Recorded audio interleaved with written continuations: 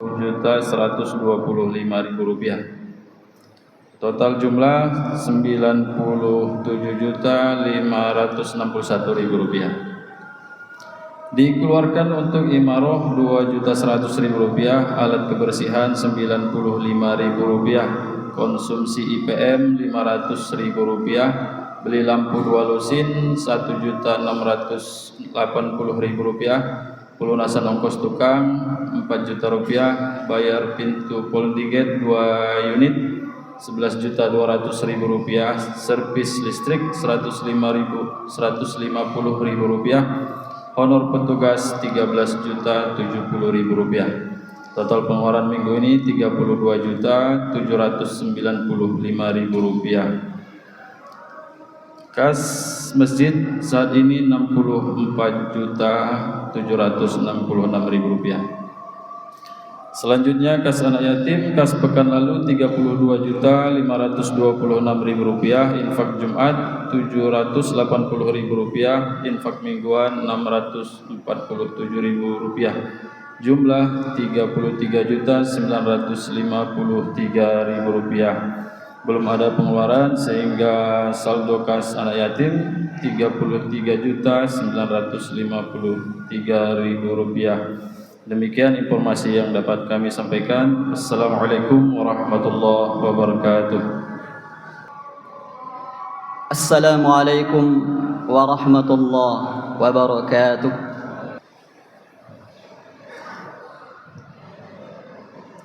Alhamdulillahilladzi nahmaduhu wa nasta'inuhu wa nastaghfiruh wa na'udzu billahi min shururi anfusina ومن سيئات أعمالنا من يهده الله فلا مضل له ومن يضلله فلا هادي له أشهد أن لا إله إلا الله وحده لا شريك له وأشهد أن محمدا عبده ورسوله لا نبي بعده اللهم صل وسلم على نبينا محمد وعلى آله وصحبه ومن والاه أما بعد فيا أيها الحاضرون إني أوصيكم وإياي بالتقوى الله كما قال الله تعالى في القرآن الكريم أعوذ بالله من الشيطان الرجيم يا أيها الذين آمنوا اتقوا الله حق تقاته ولا تموتن إلا وأنتم مسلمون يا أيها الناس اتقوا ربكم الذي خلقكم من نفس واحدة وخلق منها زوجها وبث منهما رجالا كثيرا ونساء واتقوا الله الذي تساءلون به والأرحام واتقوا الله الذي تساءلون به والأرحام إن الله كان عليكم رقيبا يا أيها الذين آمنوا اتقوا الله وقولوا قولا سديدا يصلح لكم أعمالكم ويغفر لكم ذنوبكم ومن يطع الله ورسوله فقد فاز فوزا عظيما صدق الله العظيم. Ma'asyiral muslimin, sedang jamaah Jumat yang dirahmati Allah Subhanahu wa taala. Bersyukur kita kehadirat Allah Subhanahu wa taala, kehadirat Allah Rabbul Alamin, Rabb sekalian alam yang berhak disembah, yang mengatur, yang memberi rezeki kepada seluruh yang ada di alam, termasuk diri kita semua. Maka tanda orang bersyukur adalah menjalankan perintah dan meninggalkan larangan dari yang memberi rezeki itu sendiri. Kemudian mari pula kita bersolawat untuk junjungan kita Nabi besar Muhammad sallallahu alaihi wasallam. Allahumma salli ala Muhammad wa ala ali Muhammad, yang pada hari Jumat ini sebagai penghulunya hari Sayyidul Ayyam, salah satu sunnah yang diperintahkan oleh Rasulullah kepada kita untuk kita perbuat di hari Jumat, yaitu memperbanyak bersolawat kepadanya. Sudahkah kita bersolawat atau sudahkah kita memperbanyak solawat kita kepada Rasulullah sallallahu alaihi wasallam terkhususnya di hari yang mulia ini. Selanjutnya, khatib berwasiat kepada diri sendiri dan kepada kita semua dengan wasiat ketakwaan. Marilah terus kita tingkatkan iman dan takwa kita kepada Allah Subhanahu wa taala, dan berbekallah dengan takwa ini, karena sebaik-baik bekal yang akan menyelamatkan kita dari perjalanan dunia hingga ke akhirat adalah takwa. Fatazawwadu fa inna khairaz zadit taqwa. Berbekallah kata Allah, dan sebaik-baik bekal adalah takwa. Kaum muslimin sedang jamaah Jumat yang dirahmati Allah Subhanahu wa taala. Dunia baru saja diguncang oleh sebuah berita yang sangat besar 2 hari yang lalu.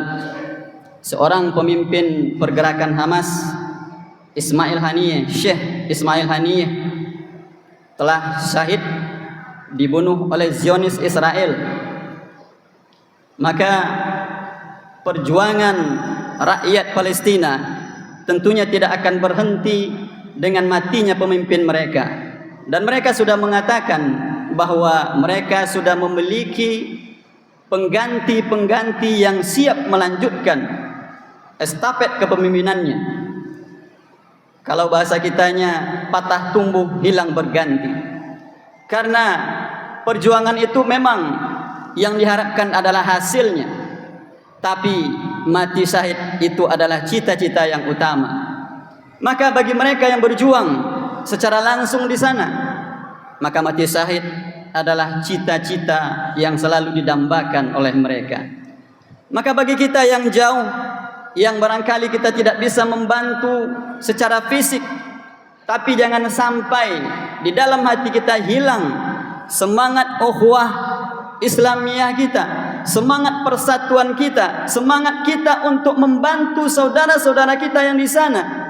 Karena pada dasarnya kita adalah bersaudara. Dan permisalan orang yang bersaudara dicontohkan oleh Rasulullah adalah seperti sebatang tubuh. Idza staka minhu udwa.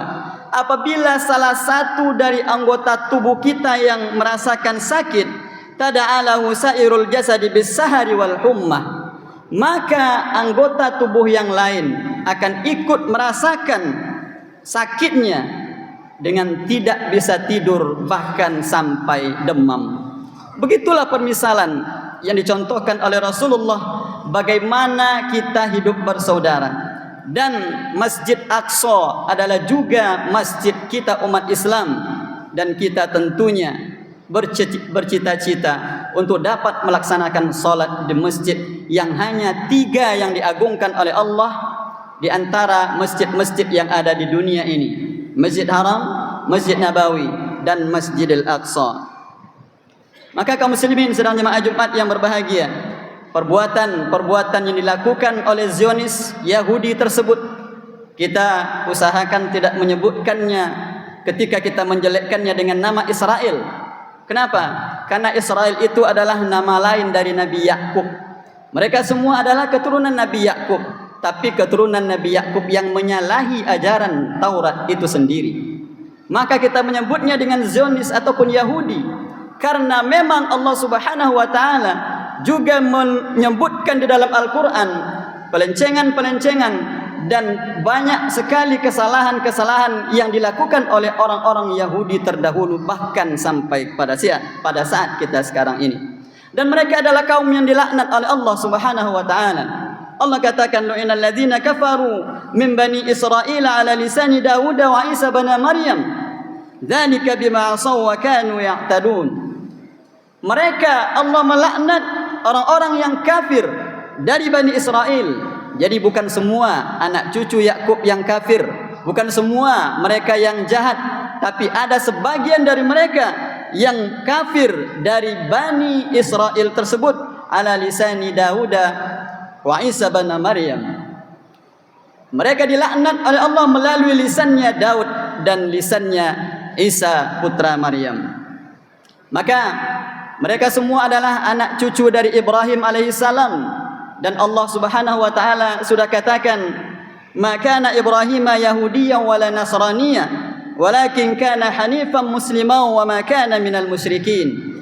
Ibrahim tidak termasuk golongan Yahudi, Ibrahim tidak termasuk golongan Nasrani, walakin kana hanifan muslima. Tapi Ibrahim adalah agamanya Islam, Islam yang lurus.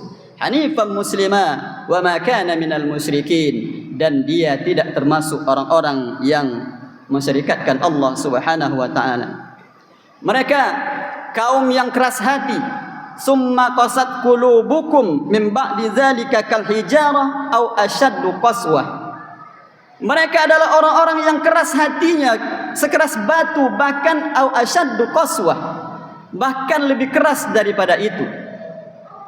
Mereka berani membunuh nabi-nabinya, wa yaqtuluna an-nabiyyina bighairil haqq.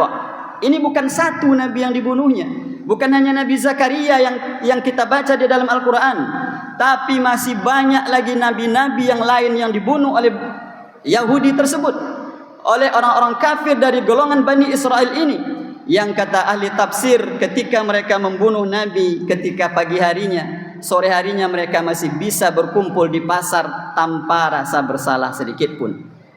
Itulah mereka, nabi yang dibunuhnya tapi mereka tidak merasa bersalah. Itulah yang kita saksikan sekarang. Puluhan ribu nyawa melayang di tangan mereka, tapi mereka tidak ada merasa bersalah sedikit pun juga. Padahal negara yang didudukinya adalah mencaplok tanah milik orang lain, yaitu tanah Palestina yang dulu diberikan oleh Inggris kepada mereka di tahun 1948. Mereka memutarbalikkan fakta. Mereka juga menyelisihi apa yang ada di dalam kitab suci mereka, Taurat itu sendiri. Wa idz qultum ya Musa lan nu'mina laka hatta narallaha jahra. Apa kata mereka? Kami tidak akan beriman ya Musa, kami tidak akan beriman sebelum kami melihat Allah secara langsung. Inilah mereka, pembangkangan yang dilakukan oleh mereka terhadap Nabi Musa dan terhadap Allah Subhanahu wa taala. Maka di dalam surah Al-Maidah ayat 60 Allah katakan, "Qul hal unabbiukum bisyarrin min dzalika masubatan indallah man la'anahu Allah wa ghadiba alaihi wa ja'ala minhumul qiradata wal khanazira wa 'abadat taghut." Maukah aku tunjukkan tentang orang-orang yang menyelisihi Allah Subhanahu wa taala? Man la'anahu Allah, orang-orang yang dilaknat oleh Allah Subhanahu wa taala, dan Allah jadikan mereka wa ja'ala minhumul qiradata wal khanazir, dan Allah jadikan mereka menjadi kera, Allah jadikan mereka menjadi babi, sesuatu yang tidak pernah terjadi sebelumnya, tapi Allah jadikan kepada mereka akibat ulah perbuatan mereka itu sendiri. Maka mereka adalah kaum yang sangat dibenci oleh Allah Subhanahu wa taala dan sangat dibenci oleh semua umat manusia di saat ini. Tapi apa yang terjadi? Kita ternyata belum memiliki kekuatan untuk menyatukan visi dan misi kita, yang mana orang Yahudi di atas dunia ini hanya 15 juta saja, tapi bisa mengatur umat manusia yang jumlahnya 8,1 miliar yang hidup di planet bumi saat ini. Bagaimana ketika mereka mulai memasuki dataran tinggi Golan ataupun negara yang mereka duduki sekarang di tahun 1948, mereka tidak ada takutnya terhadap umat Islam. Itu kenapa? Barangkali kita juga tidak memiliki izzah untuk menampilkan Islam yang perkasa seperti yang ditampilkan oleh orang-orang yang terdahulu, seperti Umar bin Khattab, seperti Salahuddin Al-Ayyubi di tahun 1187 ketika beliau memperoleh kembali Yerusalem dari tangan orang-orang kafir. Bagaimana ketika tahun 1969 seorang Perdana Menteri Israel, satunya perempuan ketika itu, tahun 1969, Golda Meir, dialah yang berani membakar Masjid Aqsa, menyewa seorang Yahudi dari Australia. Kemudian ketika ditangkap, diadili, dan dia diputuskan bahwa dia adalah seorang yang gila. Dia yang berani membakar Aqsa. Apa katanya? Saya malam ini tidak bisa tidur. Tetapi ketika saya bangun di pagi harinya, saya malam ini ketika Aqsa dibakar, saya tidak bisa tidur. Tapi ketika saya bangun, ternyata orang Islam pada tidur. Tidak ada negara-negara yang berani memarahinya. Maka satu ungkapan yang diungkapkan olehnya dan perlu kita renungkan sampai saat ini. Apa kata Golda Meir? Saya tidak akan pernah takut kepada umat Islam yang sebelum mereka hadir di solat subuhnya sama jumlahnya dengan mereka hadir di solat Jumat. Itu adalah kata-kata Golda Meir, kata-kata Perdana Menteri Israel perempuan di tahun 1969 sampai tahun 1974. Kaum muslimin sedang jemaah Jumat yang berbahagia. Dan ungkapan ini ternyata benar. Kita saksikan sekarang ternyata benar. Masjid-masjid kita sepi. Di hari-hari lain subuh, isya, dua waktu salat yang perlu kita jaga. Dua waktu salat yang melebihi kelebihan dibandingkan dengan salat-salat yang lain. Padahal Allah sudah katakan di dalam surah Al-Baqarah juga. Allah katakan, wa aqimus salata wa atuz zakata warka'u ma'ar raki'in. Dirikanlah salat, bayarkanlah zakat, warka'u ma'ar raki'in, dan rukuklah bersama orang-orang yang rukuk. Maka kalau Allah katakan rukuk bersama orang-orang yang rukuk, itu artinya kita salatnya mesti salat berjamaah. Dan salat berjamaah salah satunya bisa meningkatkan iman, bisa meningkatkan rasa kebersamaan dan ukhuwah Islamiyah di antara kita semua. Maka kaum muslimin sedang jemaah Jumat yang berbahagia, ucapan ini mesti masuk ke dalam hati kita dan kita renungkan di dalam diri kita masing-masing. Bagaimana kecintaan kita terhadap agama ini? Bagaimana konsekuensi kita sebagai orang yang bersyahadat untuk mewujudkan syahadat kita di dalam kehidupan, bahwa kita memang Allah ciptakan untuk beribadah kepadanya. Barakallahu li wa lakum fil Qur'anil azim wa nafa'ani wa iyyakum bima fihi minal ayati wa dzikril hakim. Aqulu qawli hadza wa astaghfiruhu innahu huwal ghafurur rahim. Alhamdulillahi rabbil alamin wa bihi nasta'inu ala umurid dunya waddin. Ashhadu an la ilaha illallah wahdahu la syarika lah. إياه نعبد وإياه نستعين وأشهد أن محمدا عبده ورسوله المبعوث رحمة للعالمين اللهم صل وسلم على نبينا محمد وعلى آله وصحبه أجمعين ومن تبعهم بإحسان إلى يوم الدين أما بعد فيا أيها الحاضرون اتقوا الله حق تقاته ولا تموتن إلا وأنتم مسلمون. قال الله تعالى في القرآن الكريم أعوذ بالله من الشيطان الرجيم بسم الله الرحمن الرحيم والعصر إن الإنسان لفي خسر إلا الذين آمنوا وعملوا الصالحات وتواصوا بالحق وتواصوا بالصبر إن الله وملائكته يصلون على النبي يا أيها الذين آمنوا صلوا عليه وسلموا تسليما اللهم صل على محمد وعلى آل محمد كما صليت على إبراهيم وعلى آل إبراهيم وبارك على محمد وعلى آل محمد كما باركت على إبراهيم وعلى آل إبراهيم إنك حميد مجيد